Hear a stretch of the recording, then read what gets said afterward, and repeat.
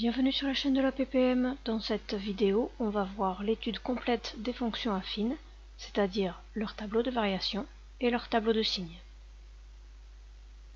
Dans une précédente vidéo, on a vu qu'une fonction affine, c'est une fonction qui peut s'écrire sous la forme f de x égale mx plus p, avec m et p réels, et que sa représentation graphique est toujours une droite.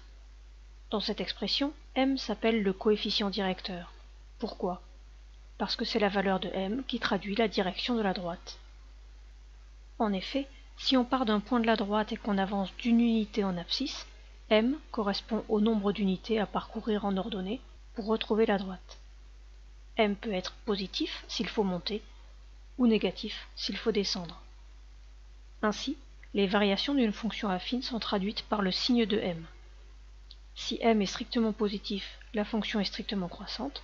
Si m est strictement négatif, la fonction est strictement décroissante. Il y a aussi le cas où m est égal à 0. Dans ce cas-là, la fonction est constante, ce qui est beaucoup plus facile à étudier.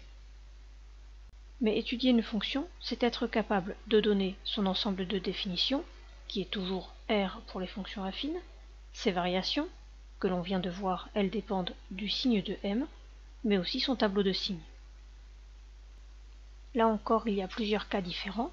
Si m égale 0, f est constante, ce n'est pas difficile à étudier. Par contre, si m est strictement positif ou strictement négatif, on a bien deux cas différents. Si m est strictement positif, alors elle est représentée par une droite qui va d'en bas à gauche à en haut à droite.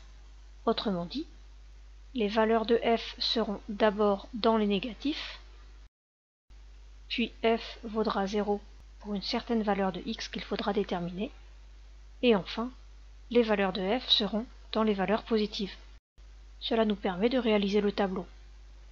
F est défini de moins l'infini à plus l'infini, et ces valeurs sont d'abord négatives, puis passent par 0, puis dans les positifs. Il ne nous manque plus que la valeur de x pour laquelle f de x est égal à 0. Mais f de x égale 0, cela signifie que mx plus p est égal à 0. C'est une équation qu'il est facile de résoudre. Mx égale moins p, et comme m est non nul, x égale moins p sur m. Voilà qui nous permet de compléter le tableau. Et dans le cas où la fonction est strictement décroissante, dans le cas où m est négatif, que se passe-t-il? Eh bien c'est tout à fait identique, sauf que la fonction est d'abord dans les positifs, puis elle passe par 0, et enfin ses valeurs sont négatives. Je peux donc remplir le tableau, d'abord positive, puis nulle, puis négative, et en résolvant la même équation, je trouve que f de x est égal à 0 lorsque x est égal à moins p sur m. Ainsi, lorsque j'aurai à étudier des fonctions affines, je pourrai toujours me référer à cette façon de faire. Et maintenant, à vous de jouer. Déterminez l'ensemble de définitions, le tableau de variation et le tableau de signes de chacune des fonctions suivantes. F de x égale moins 2x plus 7 et g de x égale 5x moins 10. Mettez la vidéo en pause, faites vos recherches et remettez la vidéo en route pour avoir la réponse. Vous êtes prêts? On corrige.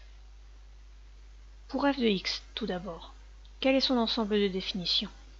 Eh bien, c'est grand R, puisque f est affine. Il n'y a aucun risque de diviser par 0, ni de mettre un nombre négatif sous une racine carrée. Pour le tableau de variation, c'est très simple. Les valeurs de x vont de moins l'infini à plus l'infini, puisque la fonction est définie sur grand R, et comme m est négatif, la fonction est décroissante. Enfin, pour le tableau de signes, il me suffit de faire un schéma. P égale 7, je peux le placer sur mon schéma.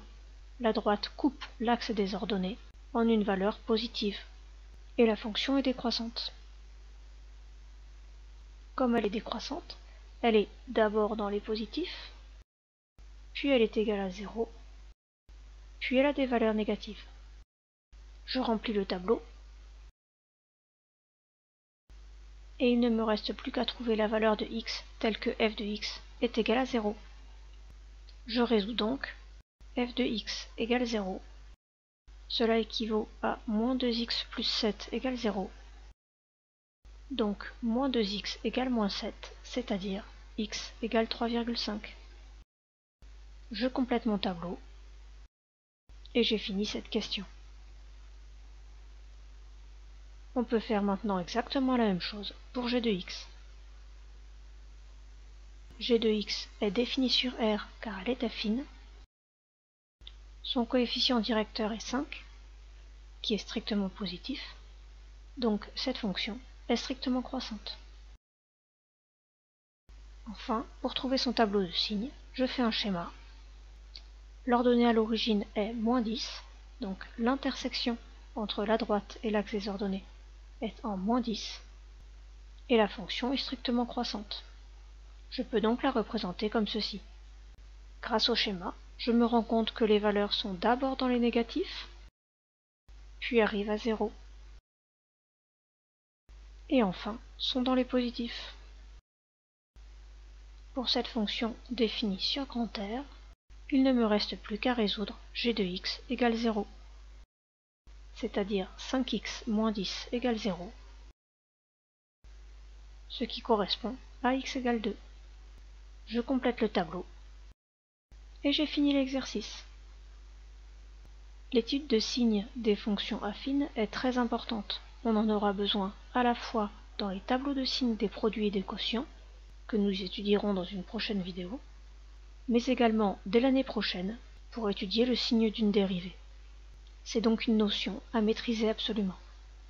Si cette vidéo vous a plu, vous pouvez mettre un pouce bleu, vous abonner à la chaîne et mettre un commentaire sous la vidéo. À bientôt sur la chaîne de la PPM.